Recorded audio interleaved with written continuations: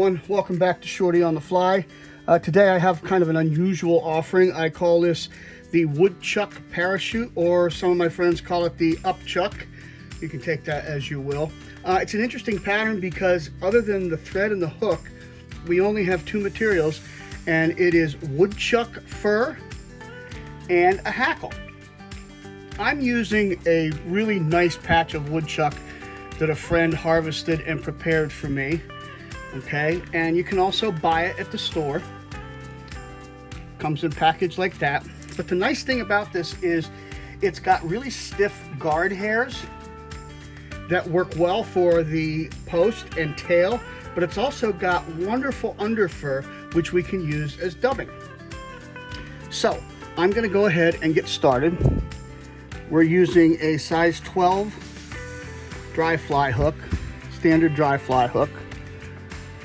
Okay, and I'll be using gray uni thread. You can use whatever you have on hand, doesn't make that much difference. I'm going to go ahead and get the thread started about a hook eye behind the hook eye and run it back to about halfway.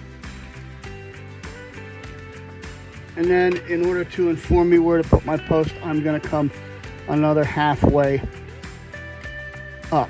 Now, when we snip a portion of the fur off of the hide, I'm taking it off and I'm going to show you here. What we have is these are the guard hairs, and then there's the underfur. So what I have to do is pull this underfur out.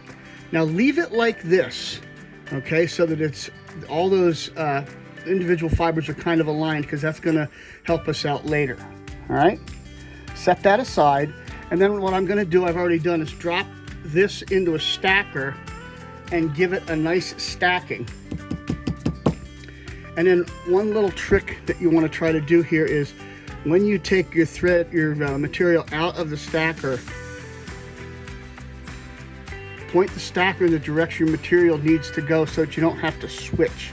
So now when I pull that out, it's pointing in the direction that I want to go in order to attach it to the hook. So we're going to measure about a hook shank in length, and I'm going to put that measurement here. Now this fur does not compress particularly well, so you got to get a good hold of it.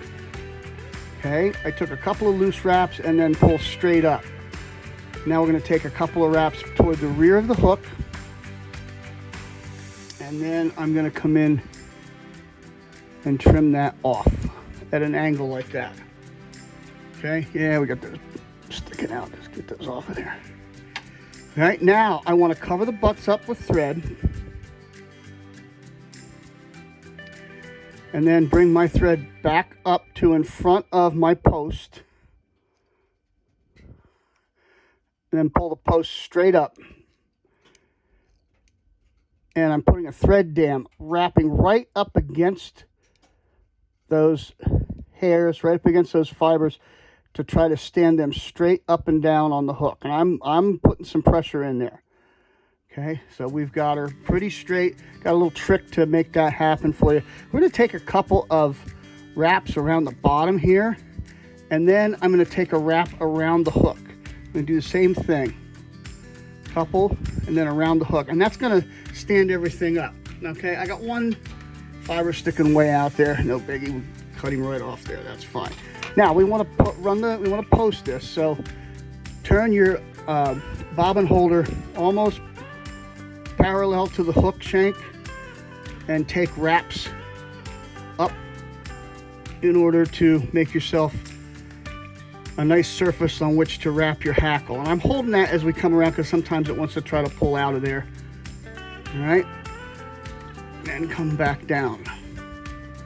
Now I like to put just a little bit of super glue on that. By the time we get back to it, that'll be a nice solid surface on which to wrap our hackle. Okay, now I already took some more, I already stacked another set of the hairs for my tail, so you don't have to hear me whacking it on the table. But I'm using the little stacker here. Just give it a tap or two, and once again I'm going to open it with them pointing the way that I want them to go so I don't have to switch hands. And this time it's toward the rear of the hook. Okay? So now we're going to measure about a hook shank in length. I'm going to take this at about a 45-degree angle to the hook and take a collecting wrap and then one more wrap to carry everything to the top of the hook. Okay? And now wrap up to the back end of our post butts and come in and trim that away.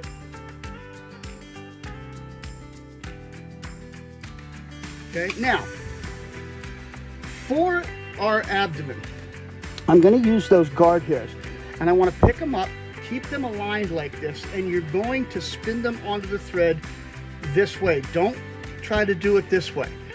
It won't work. Okay, you have to get them on there, and I'm going to use just a titch of dubbing wax because this is a coarse material and it needs something to grab onto. So once again, I'm holding them. They're the fibers are running in the same parallel to the hook, to the thread, and then we're going to spin that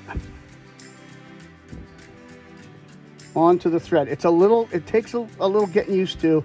It's a coarse material, okay, but just spin it on there like everything else. You don't need a lot, and it's gonna be a little rough looking, and that's fine. Okay, so now let's go ahead, work our way back to the tail and then back up to our post. Yep, see, I'm going to go ahead and show you how to fix that because that's exactly what we did not want to have happen. Okay, so we're going to take a little bit more, spin it onto the thread, and that should correct that issue. Okay.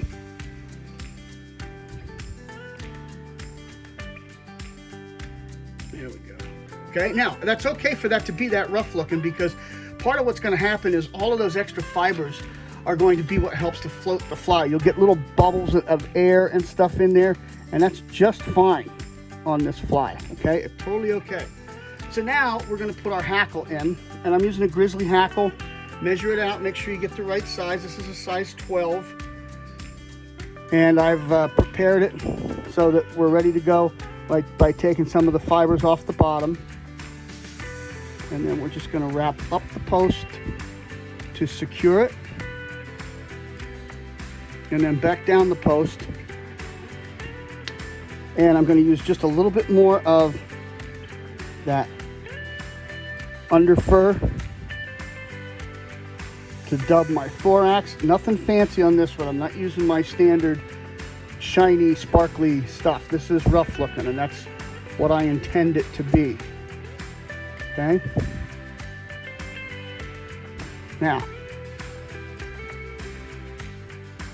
I've tied this in so that the dull side is up, and I'm going to take and wrap my hackle around the post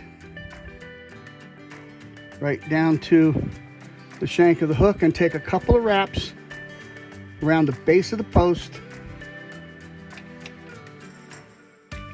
Come in and trim your hackle away. And now I'm going to finish this on the post. So bring your thread to in front of the post, catch it with your whip finisher and invert it. Then go around just a couple of times.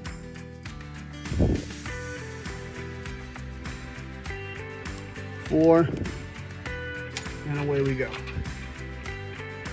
Okay. See, sometimes you'll get this situation here that happens. You just got to recognize it and get in there and fix it. So there you are. There is a woodchuck parachute, also known as the upchuck in these parts. It will catch fish. Fish it during an Isonychia hatch. maybe even a Hendrickson hatch from time to time. It's a great attracting pattern, and I like it in this size. You can tie it in size 10 too if you like, but I like the size 12. I think that's the best looking one. Got a couple of little cooperators here. There we go. All right, so if you enjoyed the video, leave a like or a comment. We love hearing from you. I bid you peace.